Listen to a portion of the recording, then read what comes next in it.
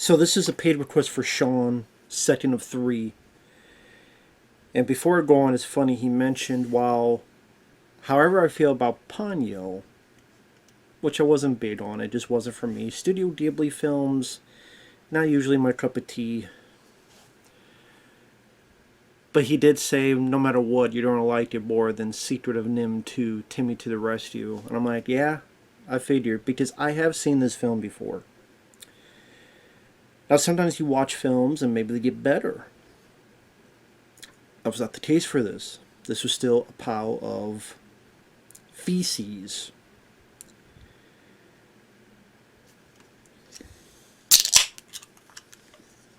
That was not a shotgun. That was this.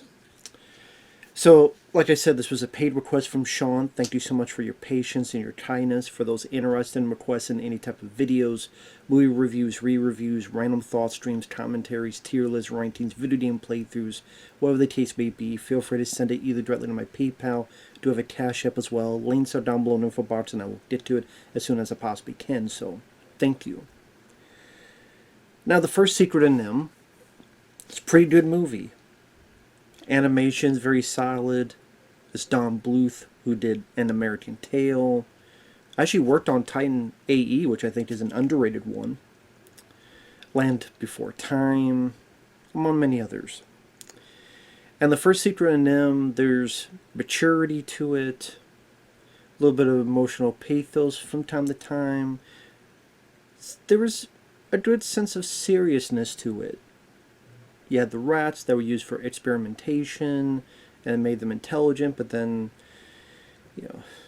the years that went on with them and what they've been through. You had the main character, Mrs. Brisby, whose husband was dead and had these kids to take care of, and one was very sick, and the farmers are coming, and if we don't do this, we're all going to die. The stakes were raised. And while I have some issues and nitpicks and problems with it, again, Secret of NIMH, pretty good film.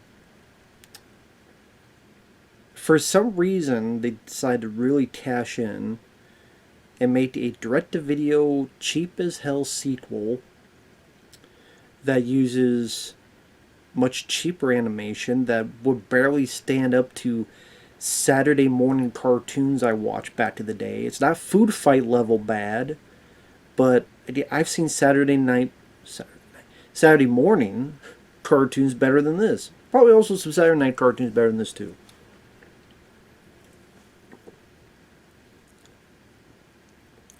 The main character, Mrs. Brisby, she's in what, 2 scenes? If that? Yeah, probably 2 scenes. Give or take. Dum DeLuise comes back as the crow Jeremy, who did not talk in class today. But he's in maybe 3 scenes. He's in there enough to, I guess, put on the cover and to spot off an advertisement. We got Dum DeLuise because, hey, at this point, what else was Dum DeLuise going to do? I hope the paycheck was good.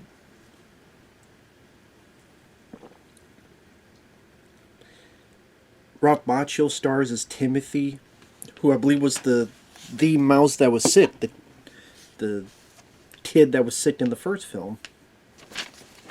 He's grown up, and you see him as a kid at first. Some things happen, and then next you see him as a grown-up, or more grown-up, and it's voiced by Ralph Macchio, the Karate Kid himself. And I like Ralph Macchio, but he did not work in this movie. So let's go a little bit back. This is just a 3.4 out of 10 IMDb. Which is funny, because I think it used to be a 3.7. So it's actually dropped down more. When you start watching the film, you just go, oh shit. It makes a big mistake by showing the first film. And when you show the first film, and you show the better animation, the vibe tone, that was more serious story, you shoot yourself in the foot. That would be Remember that one Hellraiser film that looked like it cost $8 to make, where it was just a couple people in a house? It was like Hellraiser 9 or something. Bet you that started off with scenes from Hellraiser 2 or Hellraiser 1, and you see how bigger of a production, and then it goes into that cheap bad. The same thing here. It's like, wow, the animation is a bit downgrade. The wide shots look a bit choppy, and they don't have the fluidity that a film from the damn 80s did. You tell that they had a couple chuckles and a couple pennies, and when they had pennies, and nickels and dimes to throw at it. Do something, kid. Or suck my dick. Maybe they'd be better sucking dick because they weren't good at making movies. In the first film, you tell is well animated, better animated. There's more detail. It's more mature and serious story. And for those who don't remember, the first film was about, like I said, Mrs. Brisby, a farm. She had kids. She's a mouse. Her husband has died a while ago. These farmers are coming. The field's going to be fucked up. Best way to put it. She needs help. She can't move her sick kid because doesn't want him to die. Finds these rats. Find out that her husband knew some of them. And these rats were part of the National Institute of Mental Health. NIMH. NIMH. And that's why they're so intelligent, and they eventually help Mrs. Brisby. There's this other character voiced by Peter Strauss, who here is voiced by William H. Macy. Which, yeah, William H. Macy. I'm like, he's in this fucking... I always forget he's in this film, because I'm like, that's a big name, but at this point, he wasn't as big of a name as he would become. I try to remember, when did Fargo come out? I can't remember when Fargo came out. Now, one good thing about the film, it's 1 hour and 8 minutes long. It's one of the only positives I'll say.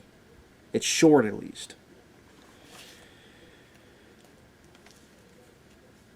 So when it shows a bit of the first film, then when it gets to this story...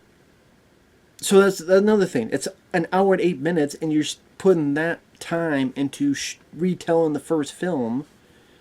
I'm sitting there going, okay, if you need to retell the first film, that means you don't believe in your audience. You don't believe in your audience that they'll remember the first film. Which means maybe a sequel is not needed or wanted. It's like, no, like, we know the first film. Okay? We know it. And it wasn't done in a fun way like a Friday the 13th. Hey, let's have a collage of death scenes, and we're going to show the past 3-4 films like they did in, was the beginning of Part 7, The New Blood, I think.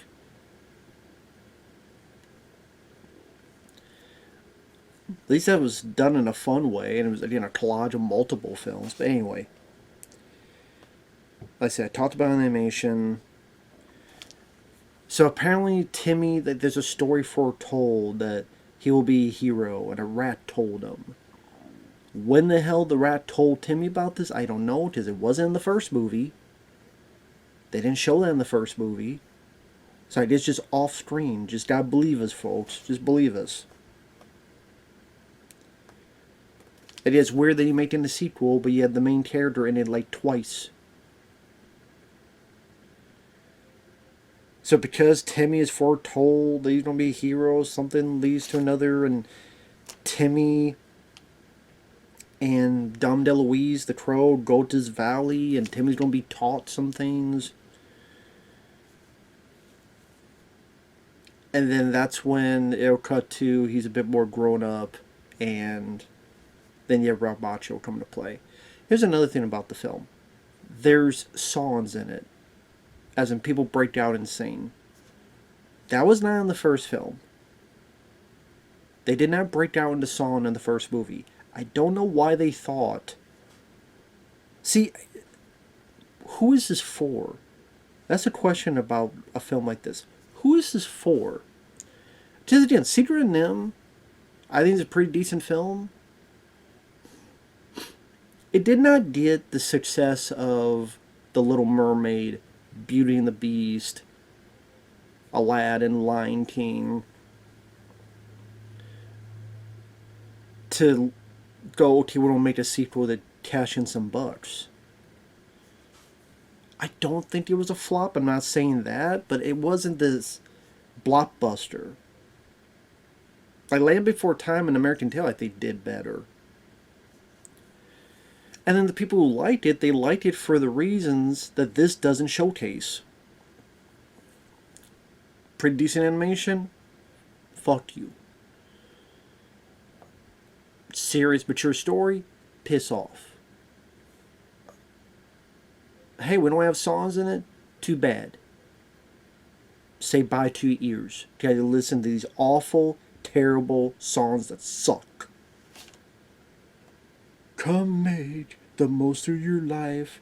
I don't give a shit. Come make me give a shit. Oh yeah, you know what? How about you come make me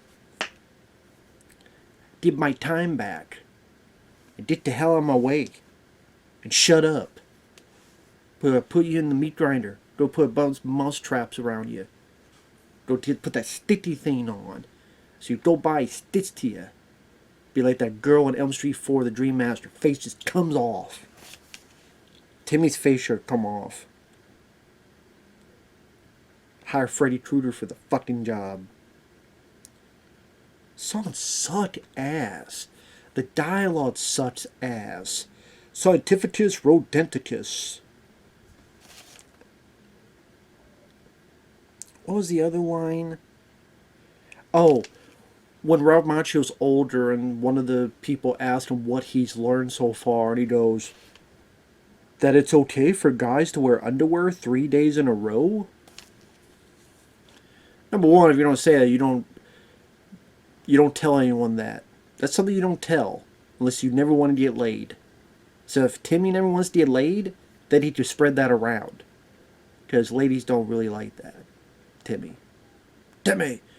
Ladies don't like to know that you wear your underwear 3 days in a row. Unless there's some kinky bitches. But until you know some kinky bitches, you need to shut up about that. Your mom's going to be disappointed because you're supposed to wash your clothes. Your friends going to be thinking you're a slob. The women are going to think you're a stinky ass. And people will make fun of you for it. You don't say that shit out loud. So apparently you didn't learn a damn thing. Wash your ass, Timmy. No, you do not wear your underwear 3 days in a row. You do 2 days, but shh. You dumbass. And again, I like Ralph Macchio, but his voice does not fit. Or he is not a good voice actor. Either he wasn't directed well, this is just not his realm, so he's not used to it, or his voice doesn't fit for voice acting. I don't know what it is. Maybe it's all the above. But again, as much as I love Macchio, he didn't fit. He didn't feel natural in delivering his performance. It didn't seem like his voice fit the character. Just didn't work at all. So eventually he meets Jenny from the block. They deal with his dog. Jenny can read, and he's like, how the hell can you read? Because she knows the Rats of NIMH. Now, people thought the Rats of NIMH, a lot of them died, but they didn't die. Like the some that supposedly died back then.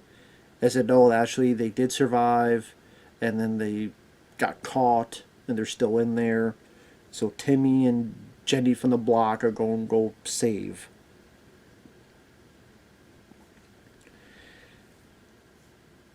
And again, Dom DeLuise, he's in the film 3 times. He's in it once near the beginning, where him and this caterpillar con artist, voiced by B. Shot Taylor, which I can't help it. Anytime I hear his voice, I think Hollywood from Mannequin. He was also on Designing Women. I haven't thought of that show. I think I watched a few episodes way back when I was a kid because we only had like 3, 4 channels. I think one of them, Donna Mills, she's like 85 and doing an OnlyFans. I'll take a pass. I like old women, but not that old. If I get to 85, I don't want to be slapping my dick around on the internet. I don't do that now, let alone 85. But I mean, hey, if it makes her happy, go for it, I guess. There'll be an audience. Good luck. But Misha Taylor, I liked him. It's weird that Dom DeLuise is kind of working with the con artist. I didn't think he was that type of character that would do those kind of things. But whatever. And eventually they get in trouble because you're cheating us. Then there's a point where Dom DeLuise again took Timmy to the valley. And then you don't see him till the very end, where he pops out of nowhere, like literally out of nowhere, which I'll get to. But as an adventure, you think of an adventure, you have the up and down roller coaster value of an adventure. Multiple adversaries to fight, or multiple obstacles to overcome. By land, by sea, by air, by obstacles to showcase how Timmy's getting stronger or getting smarter. The attributes to showcase that he'll be a hero. He shows courage. There's stuff falling and he saves the girl. There's stuff here and he uses some ingenuity.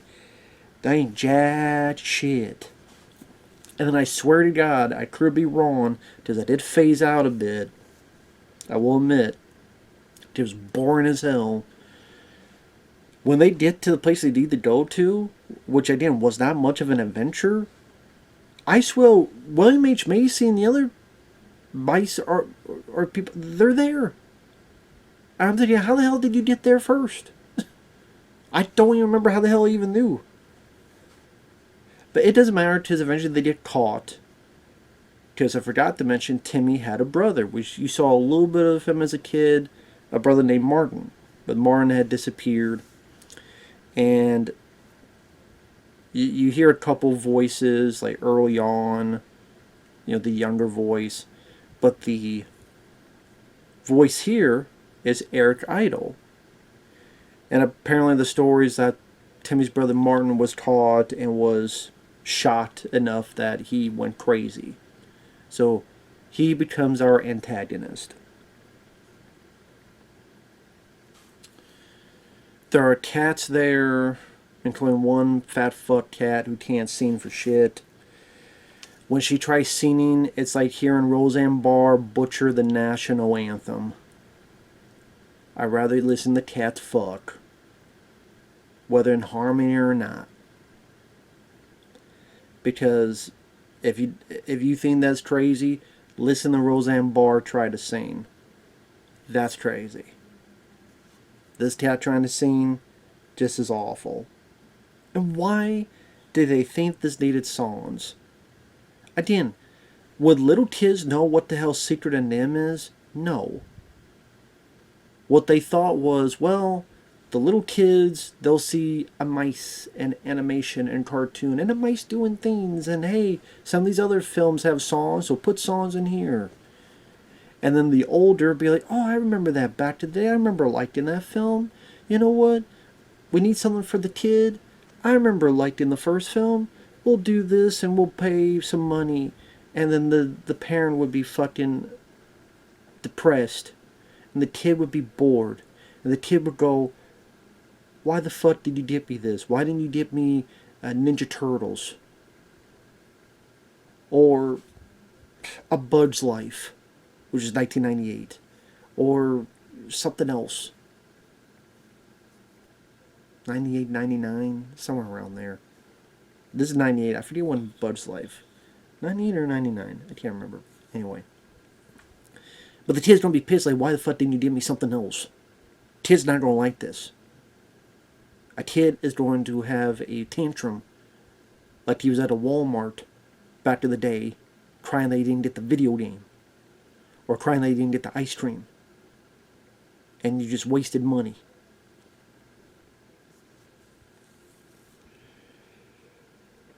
So then he finds out that his brother's the bad guy, and then they get caught again, and then throughout it, Timmy has his T around his neck. I can imagine if you're a mouse, the T must be this fucking big. So I don't know what the hell would open, but still, you think it's a T. It's going to open something. He's had this for a while. No, the key is to unlatch, like a linchpin. Like pop a linchpin or something. I'm sitting there going, so it didn't have to be a T. It could have been a damn little screwdriver. Or it could have been his mom's fucking dildo. Maybe Mrs. Brisby has a fucking dildo, because dildo baggins. I don't fucking know, and I don't want to know. Maybe she has a dildo named Mickey. Because he has fantasies. I don't fucking know. I mean, it could have been anything around his damn neck. Doesn't have to be a T. All you did was confuse the poor guy. Oh, it's a T. I must unlock something. Oh, I had to just pry something. Well, hell, I could have had a piece of... I could have had anything. Could have been anything. Give him a screwdriver. Would have been less confusing. Eventually, spoilers. Cats get tricked to an elevator. Jenny from the block knocks Eric Idle out. Other characters get out. There's a fire. Timmy wants to go back for his brother.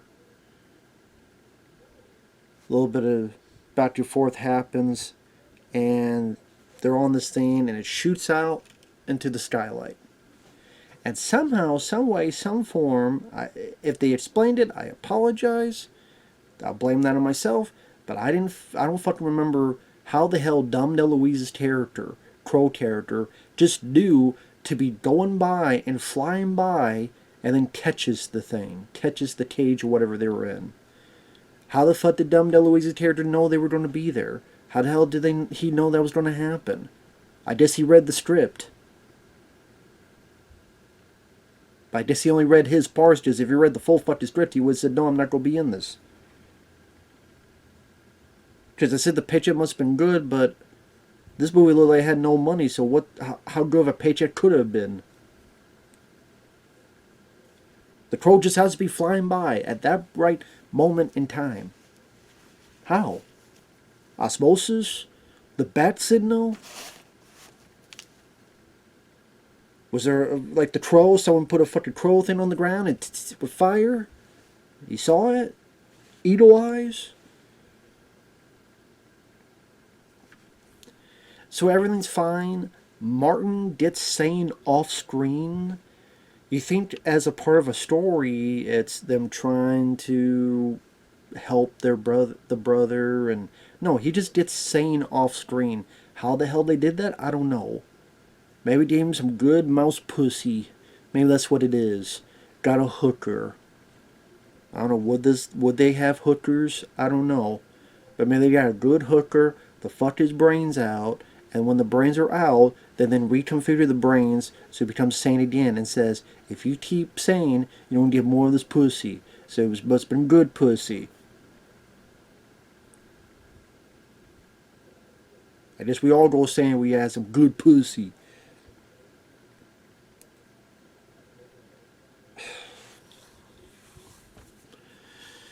It's not thrilling, it's not exciting, there's not a lot of memorable set pieces. It goes very slow. It takes, I think, too long for it to get going into the exciting parts.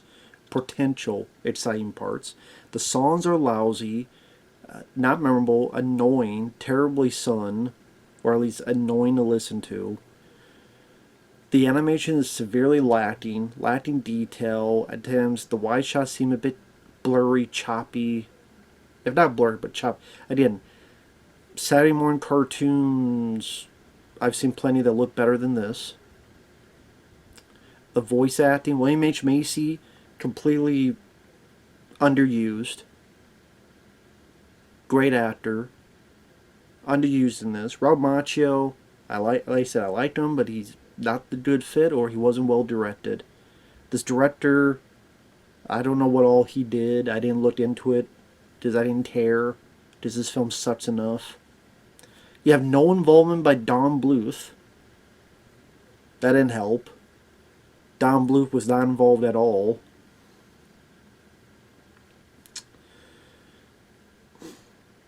And no one asked for a sequel to this. Or if they did, not for a more child-minded, more juvenile, cheap-ass direct-to-video horse shit. That's what it is, horse shit. You'll forget it the next day or two.